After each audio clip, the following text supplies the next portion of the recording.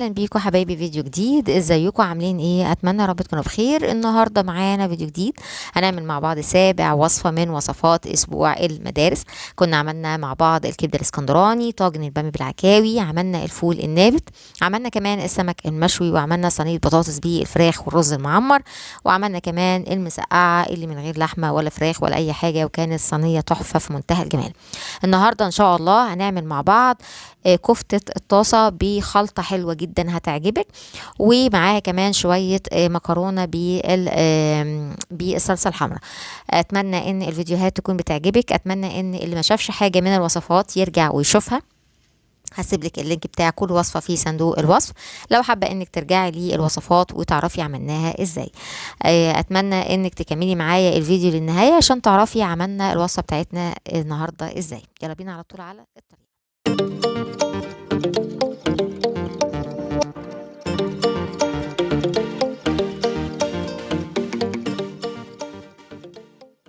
بصوا يا حبايبي، انا جبت اول حاجه الكفته اللي موجوده عندي. طبعا دي كانت متفرزه في الفريزر وكنا عاملينه مع بعض في فيديو التفريزات. هسيب لك اللينك بتاعه في صندوق الوصف. شايفين الكفته لسه متلجه زي ما هي. انا هسيبها بس. بصوا احنا كنا عاملين طبعا ما بين كل طبقه وطبقه كيس عشان تبقى سهله انها تخرج معانا بالشكل ده. انا هسيبها بس يعني مجرد 5 دقايق علشان اعرف افككهم من بعض. هنا هجيب عندي حله حطيت فيها ميه عشان نعمل المكرونه، حطيت شويه ملح، وهسيب الميه بس تغلي علشان ننزل فيها المكرونه بتاعتنا. جبت عندي هنا الجريل وبدات نزلت عندي بيه مكعبين من الزبده، وبعدين حطيت عندي الكفته عندي متفرزه زي ما هي، شايفين متجمده يعني ما سبتهاش تفك. وهي متجمده كده حطيتها على الجريل. هنا الميه كانت غليت فنزلت عندي بالمكرونه الاسباجيتي، وانا بحب المكرونه تكون عندي بطولها كده، عايزه تكسريها كسريها. هنا هقلب بقى الكفته بتاعتي. خلاص طبعا انا معليه النار عشان الكفته ما تنزلش ميه بتاعتها او السوائل بتاعتها فتنشف معانا. الكفتة من الحاجات اللي بتحتاج نار عالية، حتى لو عاملينها في الفرن بتبقى برضو على اعلى درجة حرارة، ما بتقعدش كتير علشان خاطر زي ما قلت لك ما تنشفش معاكي. حطيت عندي بعد كده بصل جوليان، وعندي فلفل رومي، وعندي طماطم كمان متقطعة شرايح، وشوية من الكزبرة الخضراء. خلطة بقى يا جماعة عايزة اقول لكم في منتهى الجمال. لو انت جربتي الخلطة دي مع الكفتة مش هتبطلي تعمليها. هنا خلاص المكرونه اتسلقت معايا. طبعا ما بسلقهاش يعني سلق جامد، هي بس مجرد 9 دقايق وبطلعها على طول، وما بغسلهاش، بصفيها بس كده من الميه. ما بنخليهاش تسلق كتير بس علشان خاطر هي بتكمل بعد كده في الصوص بتاعها، فمش عايزينها انها تستوي زياده عن اللزوم. حطيت هنا مكعب من الفحم زي ما انتوا شفتوا كده، وقفلت عليه علشان خاطر تبقى الكفته معانا بالفحم. هنا هنعمل الصلصة. حطيت عندي مكعبين كده من الزبدة، وهحط عندي مكعب مرقة، ملح، فلفل اسود، 7 بهارات، بابريكا، كمون، عايزة تحطي شطة براحتك خالص. بعد كده هنزل عندي معلقتين كبار من الصلصة، ونشوح كده الصلصة مع البهارات تطلع الريحة بتاعتها. معلقة صغيرة من السكر، كمان هحط عندي شوية خل، يعني نص فنجان كده خل. هبدأ أقلب كله، وبعدين هنزل عندي بنص لتر من الطماطم المعصورة طبعا ومتصفية.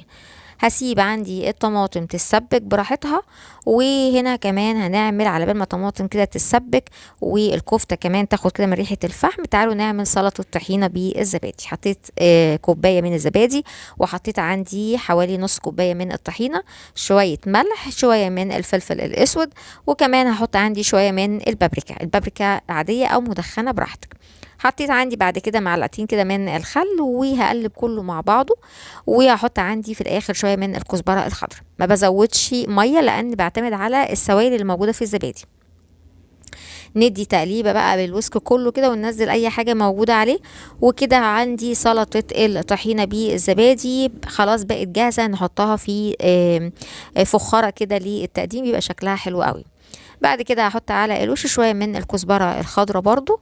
وعندي هنا الصلصه خلاص اتسبكت، فببدا انزل عندي بالمكرونه. زي ما قلت لك المكرونه بتكمل تسويتها مع الصلصه، علشان لو احنا عملنا المكرونه سلق جامد بتعجن، فاحنا ما بنسلقهاش قوي. كمان اول ما بتنزليها بتلاقيها ماسكه شويه، بس اقفلي عليها البخار بيقوم مخليها تفك معاكي. هحط شويه من الخضره وكده يعتبر عندي المكرونه كمان جاهزه. يلا نقدم الاطباق بتاعتنا.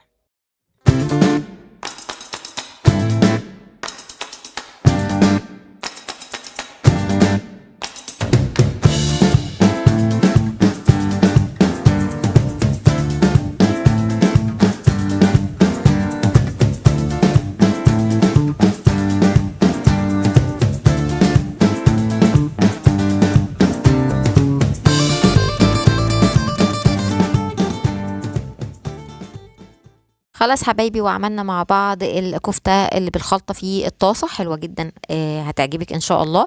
عملنا كمان المكرونة بالصلصة الحمراء، وعملنا كمان صوص الزبادي او الطحينة بالزبادي. ان شاء الله الوصفات اتمنى انها تكون عجبتك، اتمنى ان المنيو الاسبوع كله يكون عجبك، واللي فاتوا اي وصفة يقدر ان هو يرجع للوصفة في اي وقت ويشوفها اتعملت ازاي. ان شاء الله المرة الجاية مش عايزة احرق لك المفاجأة، هي هتبقى حاجة حلوة نعملها للولاد في نهاية كل اسبوع. بنعمل حاجة حلوة تفرحهم وتبقى يعني زي تحلية حلوة كده في اخر الاسبوع. اتمنى تكملي معايا الوصفات ان شاء الله، واشوفك في فيديوهات تانية. باي باي.